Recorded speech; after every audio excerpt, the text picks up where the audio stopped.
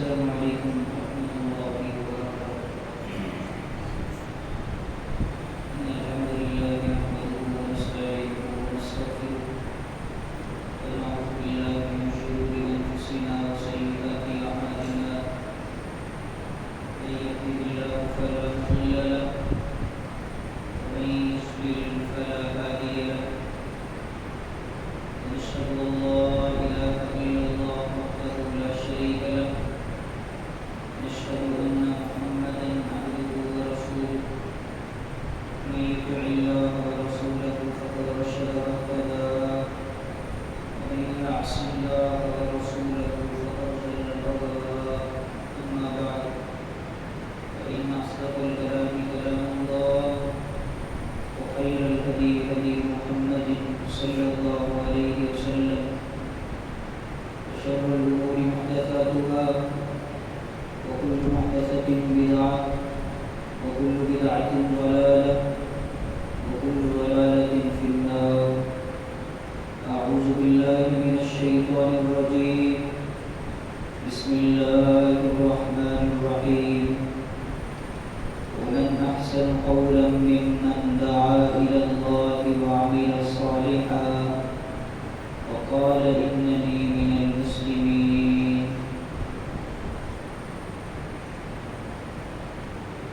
اللہ رب العزت کے بڑے ہی عظیم مبارک ناموں کا سلسلہ جاری تھا. بیچ میں رمضان مبارک کی وجہ سے تھوڑا سا وقفہ دیا گیا، اور آج سے انشاءاللہ اپنے اسی سلسلے کو دوبارہ سے شروع کریں، اس نیت کے ساتھ، اس ارادے کے ساتھ، اس جذبے کے ساتھ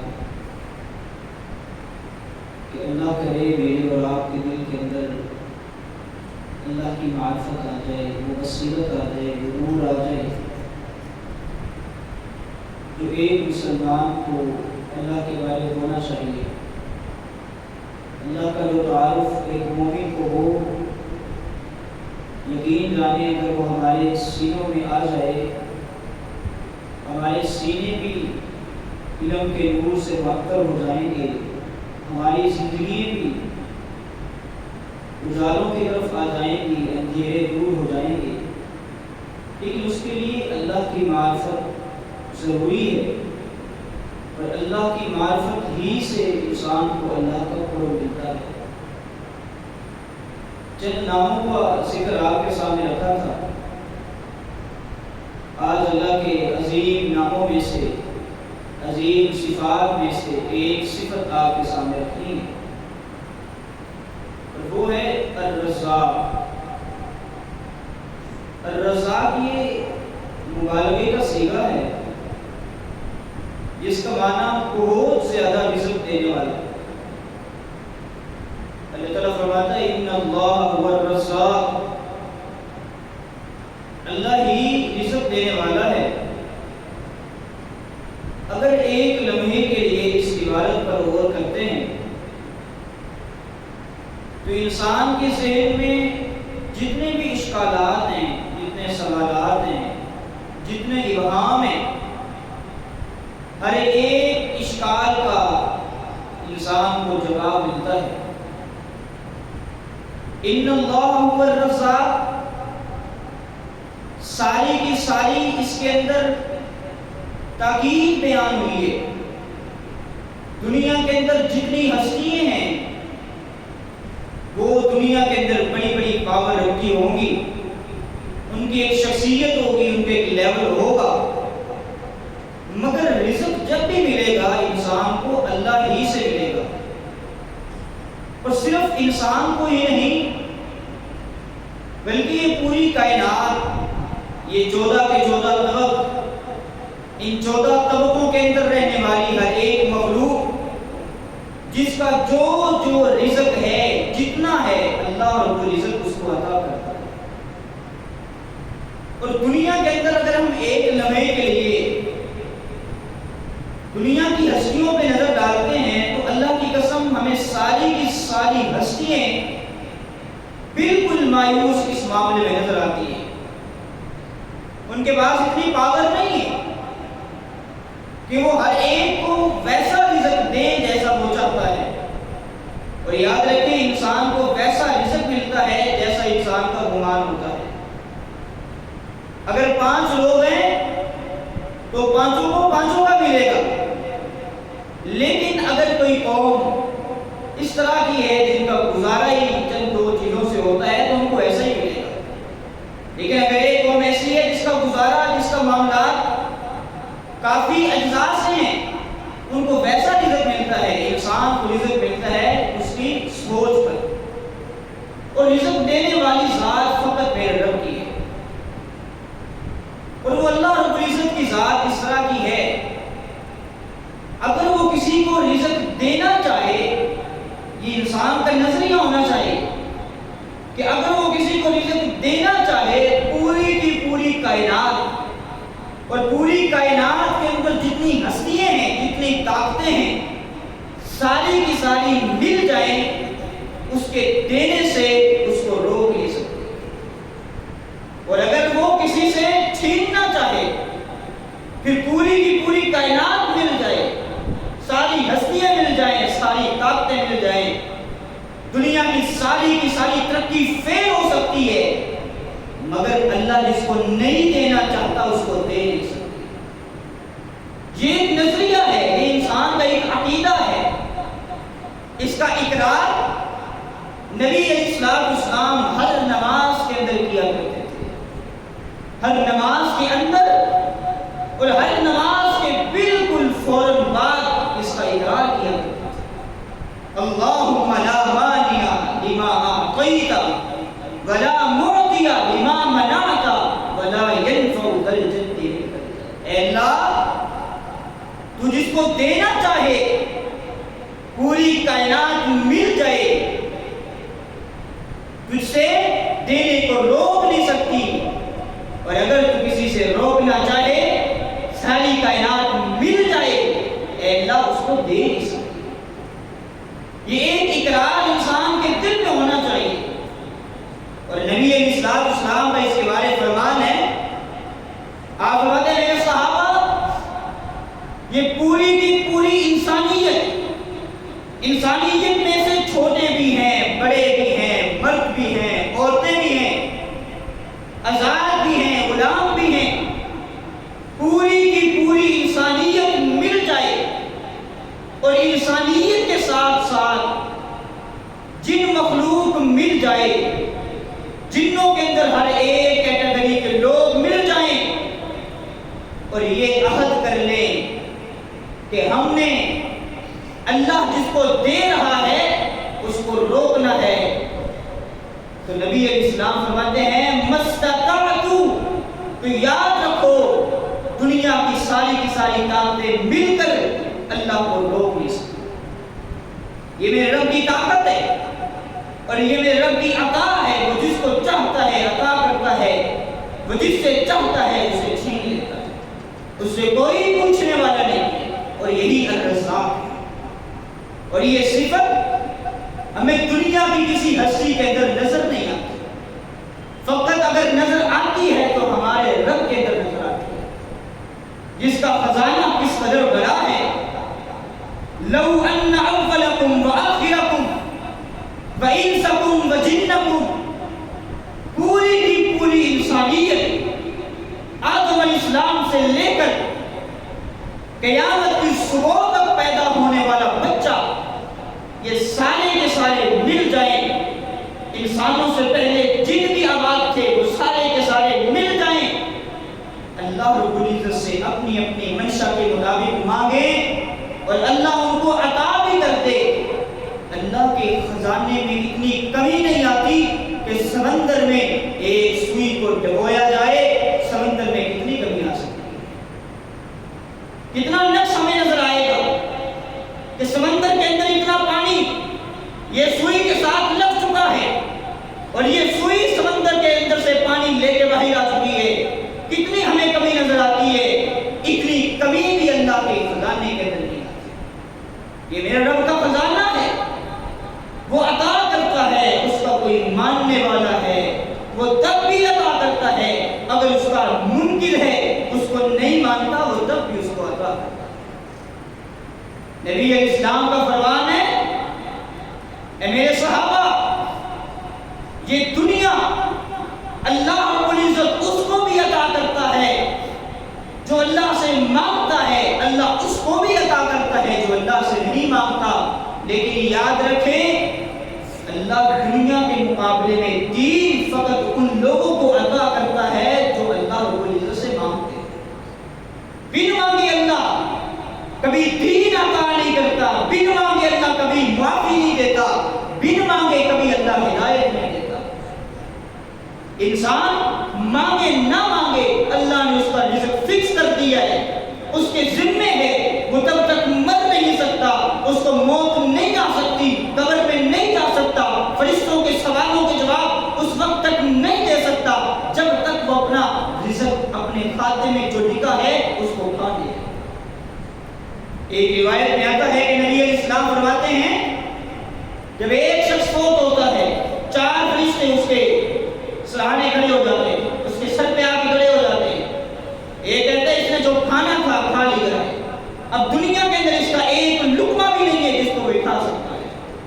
ایک کہتے ہیں اس نے جو پینا تھا یہ پی چکا ہے، دنیا کے اندر پانی کا کوئی ایک گھونٹ ایسا نہیں ہے جس کو یہ پینا چاہے اور یہ پی لے، اس نے جو پینا تھا وہ پی لیا، اس کے کھاتے کے اندر جو تھا اس نے اپنا کھا لیا ہے، ہضم کر لیا ہے۔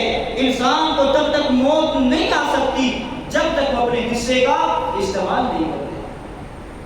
آج ہم باغلے بنے پھرتے رزق کے معاملے میں، وہ رزق جو رب نے ہمارے مقدر میں لکھ دیا ہے اسی کے عمل سے لکھا ہوا ہے، اور ہمیں جتنی دوڑ بھاگ کر لیں اتنا ہی ملنا ہے، اس کے باوجود ہم رزق کے پیچھے بھاگتے رب سے دور ہوتے اپنی زندگی گزار کے قبر کے اندر چلے جاتے ہیں۔ ہم سے بڑھ کر کوئی بے وقوف ہو سکتا ہے کہ رب نے پیدا کیا ہے، رب نے جوانی دی، شباب دیا، یہ طاقتیں، یہ منصب، یہ عہدے، یہ ساری کی ساری نعمتیں، یہ سہولیات، یہ ساری کی ساری آسائشیں ہمیں ہمارے رب نے دی ہے، ہم پھر بھی اس کو بھول کر دنیا کے پیچھے لگ جاتے ہیں جو ہر صورت ہر قیمت ہمیں ملتے ہی رہنا ہے، جس سے کبھی ہم چھٹکارا نہیں پا سکتے۔ ایک دن نبی علیہ السلام راستے سے جا رہے تھے، آپ کو ایک کھجور کا دانہ نظر آیا جو بالکل گرد و غبار سے اٹا ہوا تھا، بھرا ہوا تھا، مٹی اس کے سائروں پہ لگی ہوئی تھی۔ نبی علیہ السلام نے اس کو اٹھایا، صاف کیا، ایک سائل گزر رہا تھا، نبی علیہ السلام نے اس کو پکڑا دیا، نبی علیہ السلام نے اس کو پکڑایا، اس نے لے لیا، جب اس نے کھایا، نبی علیہ السلام فرماتے ہیں، سن لے اما اللہ کی قسم، اگر تو یہاں نہ آتا اور یہ کھجور کا دانہ یہاں پڑا رہتا، تو نہ بھی آتا، کسی نہ کسی طریقے اللہ یہ تیرے تک پہنچا دیتا، کیوں یہ تیرے کھاتے کے اندر لکھ دیا۔ انسان جہاں کہیں ہو، دنیا سے اوپر ہو جائے، دنیا کے اندر اس کی شہرت ہو جائے، وہ دنیا کے سامنے آ جائے، اللہ کو بھولے، اللہ کو یاد رکھے، رزق کی فکر کرے نہ کرے، اس کے مقدر میں جو ہے اس کو مل کے رہے۔ یہ بات ہمیشہ یاد رکھے۔ اور جو انسان اللہ کو مانگتا ہے، اللہ اس کو بھی عطا کرتا ہے، جو اللہ کو نہیں مانگتا اللہ اس کو بھی عطا کرتا ہے۔ اللہ کا منکر ہے، ہر وقت اللہ کی بغاوت، نافرمانی پہ نافرمانی، زندگی نسیان میں گزر چکی، گناہوں میں اٹی ہوئی، آج تک اللہ کا اس نے نام تک نہیں لیا، مگر پھر بھی اللہ رب العزت اس کو دنیا عطا کرتا ہے۔ ایک دن نبی علیہ السلام نے صحابہ سے پوچھا، اے میرے صحابہ، من اصبر، یہ تو بتائیں دنیا کے اندر سب سے بڑھ کر صبر کرنے والا کون ہے؟ صحابہ کرام نے کہا، انت یا رسول اللہ، اے اللہ کے نبی، آپ سے بڑھ کر صبر کرنے والا کون ہو سکتا ہے؟ آپ نے مکہ والوں کے ساتھ کس قدر ہمدردی کی، کس قدر خیر خواہی کی، مگر انہوں نے جو آپ کے ساتھ سلوک کیا، لیکن آپ کا مقابلے میں رد عمل جو تھا، ہمیں تو یوں لگتا ہے آج سے بڑھ کر دنیا کے اندر کوئی صبر کرنے والا نہیں، اور ہمیں یوں ہی لگتا ہے نبی علیہ السلام کو مکہ والوں نے کیا تکلیف نہیں دی تھی، کیا تکلیف نہیں دی تھی۔ اس وقت جو تکلیف تصور کی جا سکتی تھی وہ نبی علیہ السلام کے ظلم اٹھایا گیا۔ طائف کے میدان کے اندر، اسی وادی کے اندر، اسی سڑکوں میں، اسی گلیوں میں نبی علیہ السلام کے ساتھ کیا حشر کیا گیا، مگر اسی کے بعد نبی علیہ السلام ان کے لیے دعا کرتے نظر آتے ہیں۔ ہمارے اندر تو یہ صبر نہیں ہے۔ صحابہ کرام نبی علیہ السلام سے کہتے ہیں انت یا رسول اللہ، اے اللہ کے نبی، آج سے بڑھ کر صبر کرنے والا کون ہو سکتا ہے؟ نبی علیہ السلام نے فرمایا نہیں، میرے صحابہ میں بھی صبر کرنے والا ہوں، مگر سب سے بڑھ کر صبر کرنے والا نہیں۔ صحابہ نے کہا اللہ کے نبی، پھر ہم صبر کرنے والے ہیں، ہم نے مکہ کو چھوڑ دیا، کنبے قبیلے کو چھوڑ دیا، خاندانوں سے ہم نے دوری اختیار کر لی، اگر ہمارے اسلام قبول کرنے میں ہمارے بچے رکاوٹ بن رہے تھے، ہم نے اپنی اولادوں کو چھوڑ دیا، اپنی بیویوں کو چھوڑ دیا، اگر لوگوں نے مدینہ آنے کے لیے ہمارے بچوں کو ذبح کرنا چاہا، ہم نے اپنے بچوں کو ذبح کرنے دیا، اے اللہ کے نبی پھر ہم صبر کرنے والے ہوں گے؟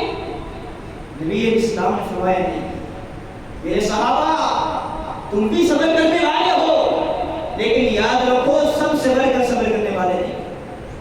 اے اللہ کے نبی پھر بتائیں سب سے بڑھ کر صبر کرنے والا کون ہے؟ اللہ کے نبی فرماتے ہیں فمن اصبر من اللہ، اے میرے صحابہ یہ بتاؤ اللہ سے بڑھ کر صبر کرنے والا کون ہو سکتا ہے؟ اس کا صبر کیا ہے کہ لوگ اس کو گالیاں دیتے ہیں پھر بھی اس کو رزق عطا کرتا ہے۔ یہ حدیث کے الفاظ ہیں کہ لوگ اس کو گالیاں دیتے ہیں، اس کو تکلیف دیتے ہیں، پھر بھی وہ ان کو رزق عطا کرتا ہے۔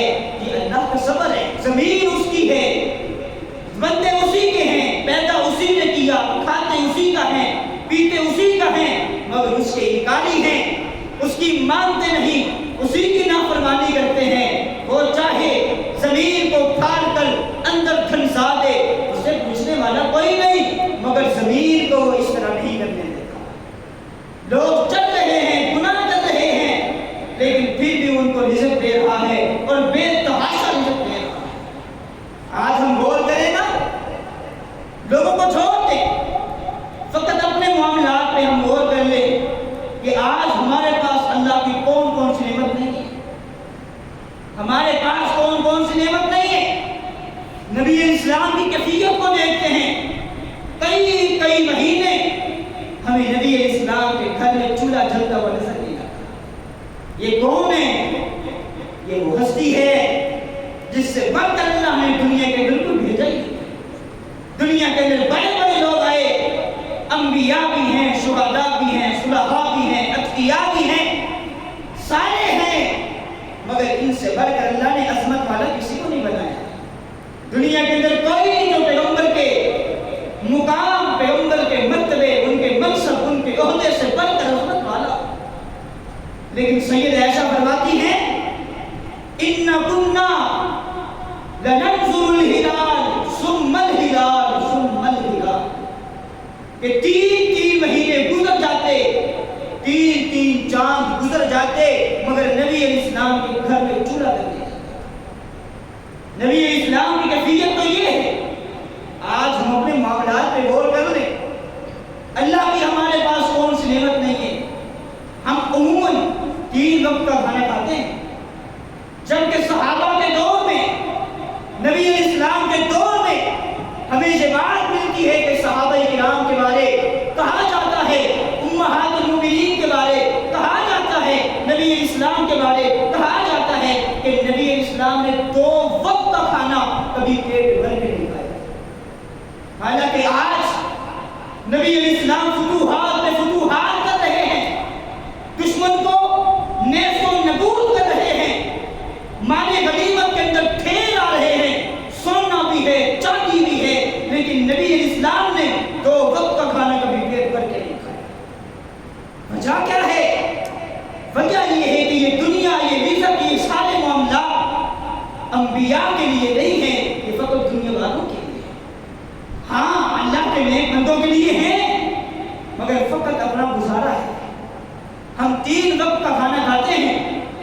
اور پھر ہماری فروشیں کتنی ہیں، ہمارے پاس تو لاکھوں مینیو ہیں، ان کے اندر ہماری چوائس ہے، لاکھوں ڈشز ہیں کہ جس کو آپ پسند کرتے ہیں کھا لیں، ہمارے لیے تو کوئی مشکل نہیں ہے۔ یہ ہے اللہ کا رزق، اللہ جس کو چاہتا ہے عطا کرتا ہے، اس کا مانگنے والا ہے وہ تب بھی عطا کرتا ہے، اس کا نہیں مانگنے والا وہ تب بھی عطا کرتا ہے۔ یہاں ایک حدیث کے اندر بات ہوئی ہے کہ اللہ کو لوگ گالی دیتے ہیں، اس کے ضمن میں صرف ایک بات کر دوں۔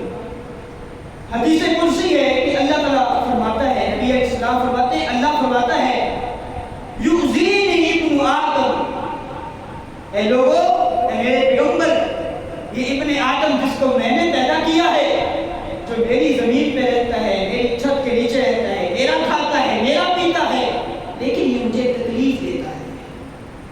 یہ بخاری مسلم کی روایت ہے، یہ مجھے تکلیف دیتا ہے۔ تکلیف کیسے دیتا ہے؟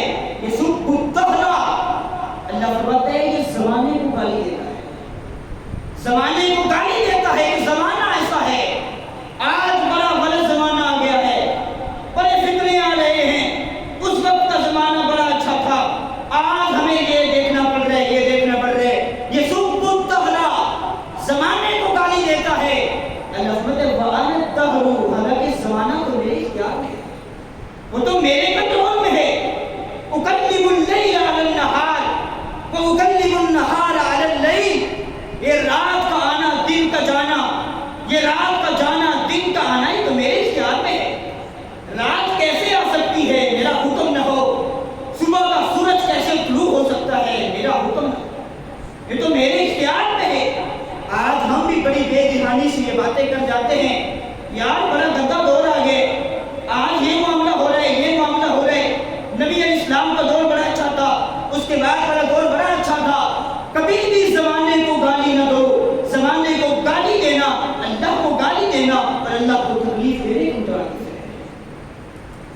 میں عرض کر رہا تھا اللہ رب العزت اپنے نام ماننے والوں کو بھی غافل دیتا ہے۔ آپ دیکھیں نبی علیہ السلام فرماتے ہیں کہ میرے دادا سیدنا ابراہیم علیہ السلام وہ شخصیت ہے جنہوں نے کبھی اکیلے رہ کے کھانا نہیں کھایا، ہمیشہ جب بھی کھانا کھایا اپنے ساتھ کسی ساتھی کا ملایا، مہمان نوازی ان کے اندر اٹی ہوئی تھی، کود کود کے بھری ہوئی تھی مہمان نوازی۔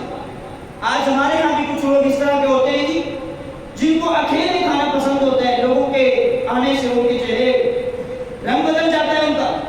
اور یقین جانے میں ایسے لوگ بھی دیکھے ہیں مدرسوں کے اندر، ہر طرح کے لوگ ہوتے ہیں، ایسے طالب علم بھی ہوتے ہیں جو اگر کوئی بسکٹ وغیرہ یا پاپڑ وغیرہ خریدتے ہیں تو واش روم کے اندر بیٹھ کے کھاتے ہیں تاکہ کوئی طالب علم نہ دیکھ لے۔ یہ طبیعت ہوتی ہے، مزاج ہوتا ہے ان کا۔ مزاج کیا تھا کہ اگر انہوں نے کھانا کھانا ہے تو باہر سے کسی ساتھی کو لانا ہے، اپنے ساتھ بٹھانا ہے اور ان کو ساتھ کھانا کھلانا ہے۔ یہ ایک بڑی اچھی عادت ہے جو اللہ کو بڑی پسند ہے۔ ایک دفعہ ابراہیم علیہ السلام گھر میں آتے ہیں، گھر والوں سے کہتے ہیں کہ دسترخوان میں آؤ، کہتے ہیں کہ ہم نے تو کھانا کھا لی ہے۔ ابراہیم علیہ السلام کہتے ہیں کہ ابھی نہ لگاؤ، میں کسی ساتھی کو ڈھونڈنے جاتا ہوں، کوئی ساتھی مل جاتا ہے تو اس کو ساتھ لے کے کھانا اس کے ساتھ کھاؤں گا۔ ابھی اس کے سوچ چیک کرے۔ ابراہیم علیہ السلام راستے پہ کھڑے ہو جاتے ہیں، ایک مسافر گزرتا ہے، اس سے پوچھتے ہیں کہ کھانا کھانا ہے آپ نے؟ اس نے کہا جی مسافر ہو، کھانا تو کھانا ہے۔ چلو ٹھیک ہے میرے ساتھ آؤ۔ ابراہیم علیہ السلام گھر میں لے آتے ہیں، دسترخوان بچھاتے ہیں، کھانا لگ جاتا ہے۔ جب وہ پہلا نوالا لیتا ہے اس کے ہاتھ میں ہے، ابراہیم علیہ السلام کو باتوں باتوں سے پتہ چلتا ہے یہ مجوسی المذہب ہے، یہ آگ کا پجاری ہے، آتش پرست ہے، جو الہ مانتا ہے تو فقط آگ کو، اللہ کی توحید کا قائل نہیں، اللہ کی توحید کا اقراری نہیں ہے۔ ابراہیم علیہ السلام کو جیسے ہی پتہ چلتا ہے یہ تو آتش پرست ہے، مجوسی المذہب ہے، اسی وقت توحید کی غیرت ابراہیم علیہ السلام کے اندر آ جاتی ہے۔ اس کو کہتے ہیں اٹھ جا، اس کے ہاتھ میں سے نوالا لے لیتے اور بھیج دیتے، دفع ہو جا۔ اسی وقت اللہ نے جبریل علیہ السلام کو بھیج دیا، اے جبریل جاؤ میرے خلیل کو بتاؤ، اے میرے خلیل توحید کی غیرت آ گئی کہ یہ اللہ کو نہیں مانتا، یہ میرے ساتھ کیسے کھا سکتا ہے، جب میں اس کے ساتھ کیسے کھا سکتا ہوں، اس کا میرا بٹوارا کیسے ہو سکتا ہے، اس کا میرا نبھا کیسے ہو سکتا ہے، یہ تو اللہ کو نہیں مانتا۔ اے میرے ابراہیم، تو ایک وقت کا کھانا اس کو نہیں کھلا سکا، جبکہ یہ میرا نافرمان ہے، میرا منکر ہے، جب سے پیدا ہوا ہے میں اس کو رزق دے رہا ہوں۔ اللہ دیتا ہے اگر کوئی اس کا ماننے والا ہے تو بھی، اگر کوئی نہیں ماننے والا تو بھی۔ ایک حدیث میں آتا ہے، نبی علیہ السلام فرماتے ہیں، لوگوں، اے میرے صحابہ، جس طرح موت تمہیں تلاش کرتی ہے، تم جہاں کہیں بھی ہو موت تمہیں آ کر کے رہتی ہے، بالکل اسی طرح تمہارا رزق بھی تمہیں تلاش کرتا ہے، تم جہاں کہیں بھی ہو تمہیں تمہارا رزق مل کے رہتا ہے۔ الرزاق وہ ہے جو ہمیں رزق عطا کرتا ہے، رزق تھوڑا ہو زیادہ ہو ہمارے مقدر میں جو لکھا ہے وہ ہمیں مل کے رہتا ہے۔ اب آپ دیکھیں، اللہ رب العزت اسباب کا محتاج نہیں ہے، موسم کا محتاج نہیں ہے، پھلوں کے درختوں کا محتاج نہیں ہے، اصل کا محتاج نہیں ہے، فرع کا محتاج نہیں ہے۔ اللہ رب العزت مسبب الاسباب ہے۔ اور میں ہمیشہ کہا کرتا ہوں کہ جب بھی بھروسہ کرنا ہے مسبب الاسباب پہ کیا کرے، اسباب پہ نہ کیا کرے، کیونکہ اسباب بدر کے اندر کن کے پاس تھے؟ نبی علیہ السلام کے پاس اسباب تو نہیں تھے۔ کسی کے پاس تیر ہے تو کمان نہیں ہے، حالات تو یوں ہیں، اسباب تو مکہ والوں کے پاس ہیں جو اسلحے کے ساتھ اٹے ہوئے ہیں، جن کے پاس گھوڑے بھی ہیں، جن کے پاس اونٹ بھی ہیں، اور جن کے پاس تیر، کمانیں، نیزے، سب کچھ، تلواریں، سب کچھ موجود ہے۔ لیکن اس وقت شکست کس کو ہوئی تھی؟ اسباب والوں کو۔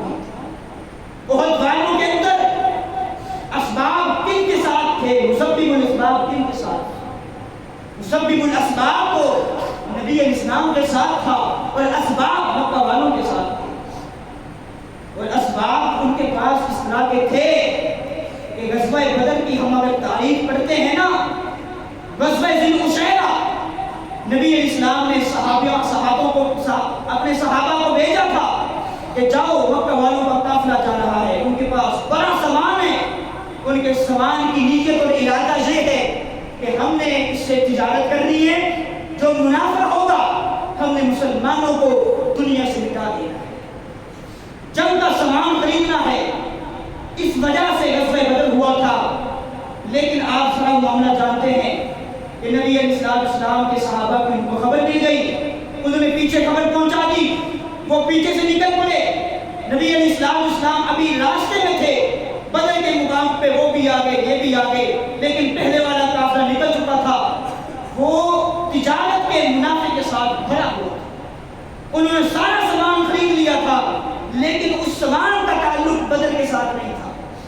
وہ سامان محفوظ ہے، ان کو بدر میں شکست ہو گئی ہے، اب ان کا ہدف یہ ہے ہم نے جب جنگ کرنی ہے یہ سامان ہم نے مسلمانوں کے خلاف استعمال کرنا ہے۔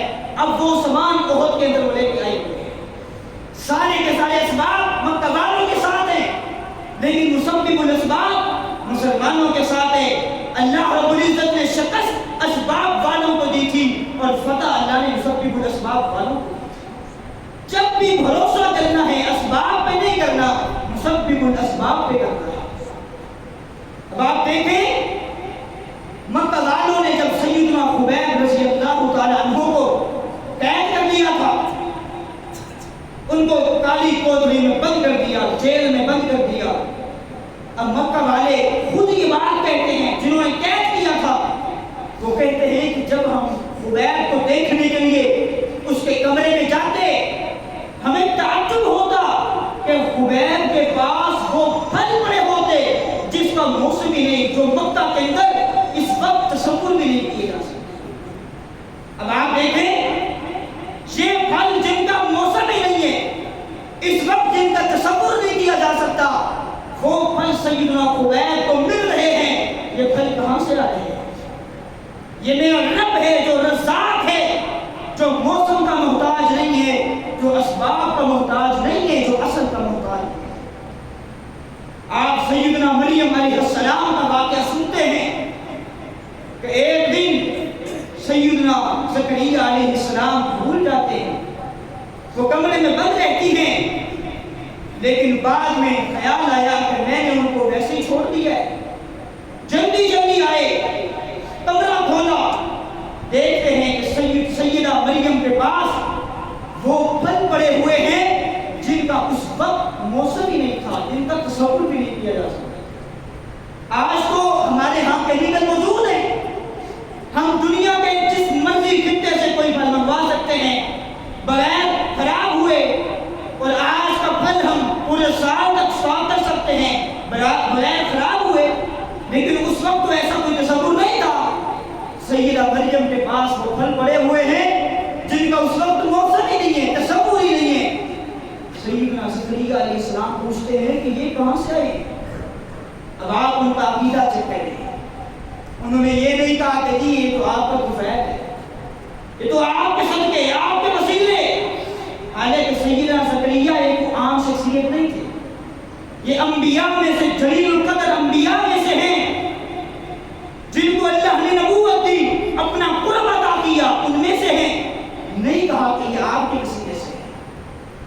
سیدنا زکریا علیہ السلام کو بات سمجھ آ گئی کہ اللہ رب العزت، سمجھ تو پہلے تھی لیکن ٹھوکر لگی کہ اللہ رب العزت اسباب کو محتاج تو نہیں۔ اسی وقت اللہ سے ہم کلام ہوتے ہیں، اسی وقت اللہ سے ہم کلام ہوتے ہیں اور اللہ سے کہتے ہیں اللہ تم تو موسم کا محتاج نہیں ہے، تم تو اسباب کا محتاج نہیں ہے۔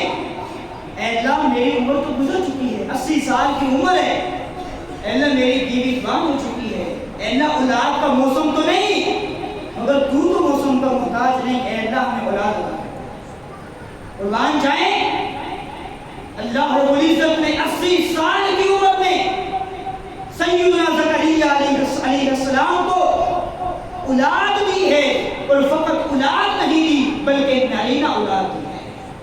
اور ایسی اولاد ہمارے ہم بچے پیدا ہوتے ہیں، بیٹا ہے بیٹی ہے، پیدا ہونے کے بعد ہم اس کا نام تلاش کرتے ہیں، میرے بیٹے کا نام اچھا ہونا چاہیے، میری بیٹی کا نام اچھا ہونا چاہیے، یا ہماری چاہت ہوتی ہے میرے بیٹے کا نام فلاں شخصیت جیسا ہونا چاہیے، میری بیٹی کا نام فلاں شخصیت جیسا ہونا چاہیے، یا میری اور آپ کی چاہت ہوتی ہے کہ میرے بیٹے اور میری بچی کا نام فلاں شخصیت رکھے، فلاں شخصیت رکھے۔ یہ ساری چاہتے میرے اور آپ تک ہیں، لیکن اللہ نے سیدنا زکریا کو وہ بیٹا دیا ہے جس کا نام سیدنا زکریا نے نہیں رکھا، کسی وقت کے حاکم نے نہیں رکھا، بلکہ رکھا ہے خود رب نے رکھا۔ اور ایسا نام کہ دنیا کے اندر ویسا نام پہلے کسی شخصیت کا تھا ہی۔ یاد رکھیں میرے دوستو، میرے بھائیوں، اللہ سے جب بھی مانگو ہمیشہ اپنی سوچ محدود کر کے نہ مانگو۔ اللہ سے جب بھی مانگو اس کی رحمت کے مطابق مانگو، اس کی عطا کے مطابق مانگو۔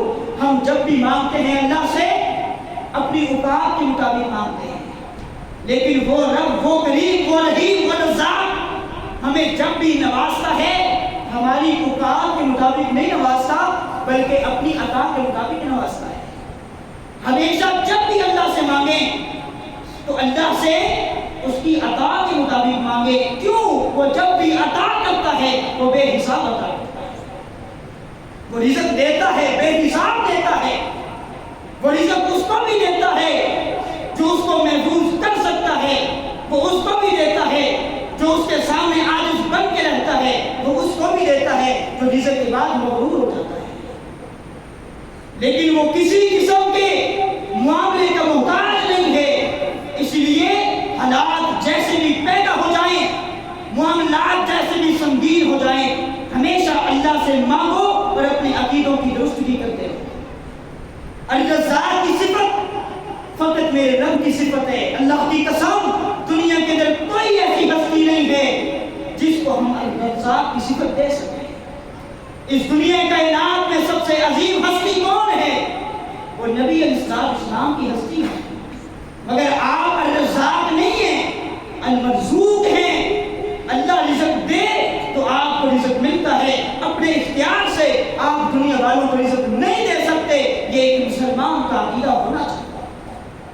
اب آپ دیکھیں پہلے جو بات عرض ہو چکی ہے کہ نبی علیہ السلام گھر کے اندر 3 مہینے تک چولہا نہیں جلتا. الرزاق کی یہ کیفیت ہو سکتی ہے؟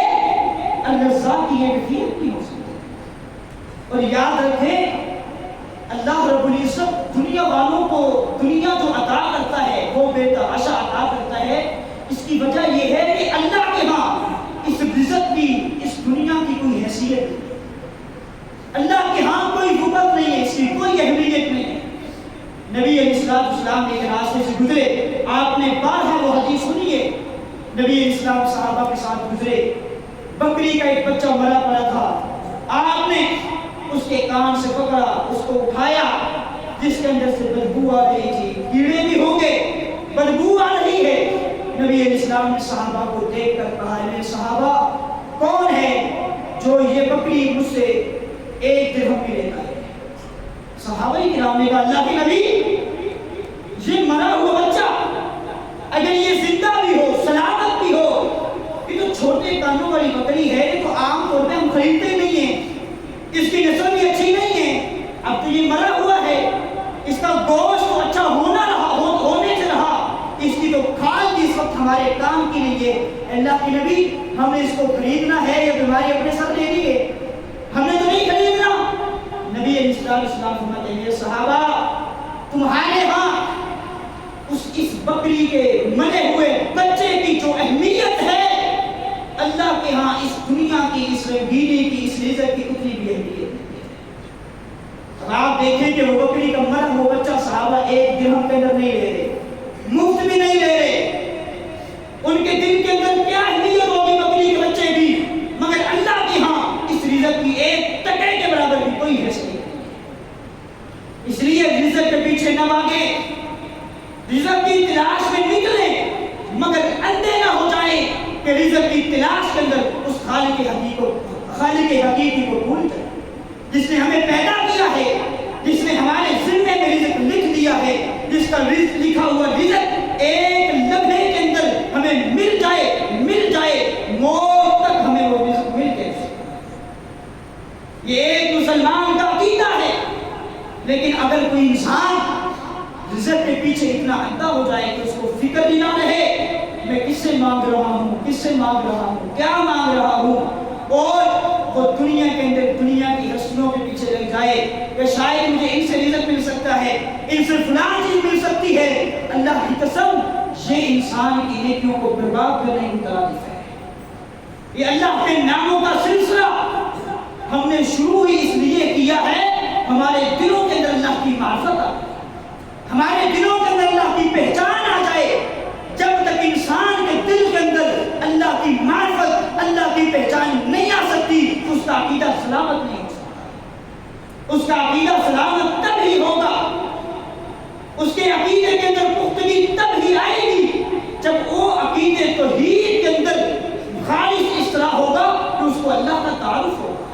اور اللہ کا تعارف یہ ہے کہ اللہ ہی الرزاق ہے. ان اللہ هو الرزاق. دنیا کی کوئی ہستی ہمیں 1 لقمہ بھی اپنی ذات کی طرف سے عطا نہیں کر سکتی. اور یہ عقیدہ توحید کا معاملہ دین اسلام نے سب سے اول فہرست میں رکھا ہے. دنیا کا جو انسان عقیدہ توحید کے اندر فیل ہے, یاد رکھو وہ پورے کے پورے دین کے اندر فیل ہے. عقیدے کے اندر 1 ذرے کے برابر بھی نقص, 1 ذرے کے برابر بھی کمی, اللہ کی قسم میرے اور آپ کے ایمان کو, میری اور آپ کی نیکیوں کو برباد کرنے کے لیے کافی ہے. اس لیے ہمیشہ حتی الوسع اپنی یہ کوشش رکھے کہ میرے عقیدے کے اندر کبھی خلل نہ آ جائے, میرے عقیدے کے اندر کبھی کمی نہ آ جائے, نقص نہ آ جائے. اگر عقیدے کے اندر نقص ہے, اللہ کی قسم ہماری یہ محنتیں برباد ہو جائیں. یہ اس قدر حساس معاملہ ہے کہ اللہ رب العزت نے انبیاء کو مخاطب کیا ہے. انبیاء کون ہیں؟ یہ انسانیت میں سے سب سے افضل لوگ صحابہ کرام ہیں. صحابہ کرام سے افضل لوگ انبیاء کرام ہیں. یہ انبیاء کرام کی جماعت کو اللہ نے مخاطب کیا ہے. اللہ فرماتا ہے وَلَقَدْ أُوحِيَ إِلَيْكَ وَإِلَى الَّذِينَ مِن قَبْلِكَ لَئِنْ أَشْرَكْتَ لَيَحْبَطَنَّ عَمَلُكَ وَلَتَكُونَنَّ مِنَ الْخَاسِرِينَ. قرآن مجید کے اللہ نے نبی علیہ السلام کو مخاطب کر کے کہا ہے میرے پیغمبر یاد رکھے آپ کی طرف یہ وحی کی جا رہی ہے اور آپ سے پہلے جتنے انبیاء گزرے کم و بیش 1,24,000 جتنے انبیاء گزرے ہر ایک نبی کی طرف یہ وحی کی گئی ہے. اے انبیاء کرام کی جماعت سن لو اگر تم نے بھی میرے ساتھ شرک کیا میں تمہاری زندگی کی نیکیوں کو برباد کروں. جائیں اٹھائیں 24واں پارہ اللہ کا قرآن ہے لئن اشرکت لیحبطن عملک. ایک ذرے کے برابر بھی شرک کی ملاوٹ ہو گئی انبیاء کی زندگی کی نیکیوں کو اللہ فرماتا ہے برباد کر دوں گا. وَلَتَكُونَنَّ مِنَ الْخَاسِرِينَ. صرف نیکیوں کو برباد نہیں کروں گا تمہیں ان لوگوں میں شامل کر دوں گا جو لوگ خسارہ پانے والے ہیں. اس لیے میری اولاد کی کوشش فقط عقیدہ توحید کی اسلام کی ہونی چاہیے. یہ عقیدہ توحید کی اسلام کی اللہ کی معرفت اور اللہ کی معرفت فقط اللہ کے ناموں سے ہے. اللہ الرزاق ہے. میں نے دنیا کی کسی ہستی سے ایک ذرے کے برابر بھی رزق نہیں مانگنا. رزق مانگوں گا اپنے ایمان کو برباد کر بیٹھوں. اللہ الغفار ہے. میں نے اللہ سے معافی طلب کرنی ہے. دنیا کے کسی انسان سے اپنے گناہوں کی معافی طلب کروں گا اپنے ایمان سے ہاتھ دھو بیٹھوں گا. اللہ الرحمن ہے, الرحیم ہے, الفتاح ہے, العلیم ہے, القابض ہے, الباسط ہے. میں نے اللہ کی صفات کو سمجھنا ہے. اللہ کی صفتوں میں سے کوئی ایک صفت میں نے کسی نبی کو نہیں دینی, میں نے کسی فرشتے کو نہیں دینی, کسی ولی کو نہیں دینی. جو انسان اللہ کی صفات میں سے کوئی ایک صفت کسی نبی ولی پیر کو دیتا ہے اپنے ایمان سے ہاتھ دھو بیٹھتا ہے. یہ الرزاق کا معاملہ جو فقط کھانے پینے کے ساتھ نہیں ہے, یہ ہمارے عقیدے کے ساتھ گہرا تعلق رکھتا ہے. کہ ہمارے عقیدے کی اصلاح ہو جائے. ہمیشہ اللہ سے یہی دعا کرنی چاہیے کہ اللہ رب العزت مجھے اور آپ کو وہ رزق عطا کرے جو حلال کا ہو, طیب ہو, پاک ہو. اور وہ پاک رزق اللہ کی قسم مجھے اور آپ کو اللہ تک پہنچاتا ہے, اللہ کی معرفت, اللہ کی پہچان کرواتا ہے. اللہ سے دعا ہے اللہ تعالیٰ مجھے اور آپ کو اپنی معرفت عطا فرمائے. اقول قولی ھذا وآخر دعوانا الحمد للہ رب العالمین.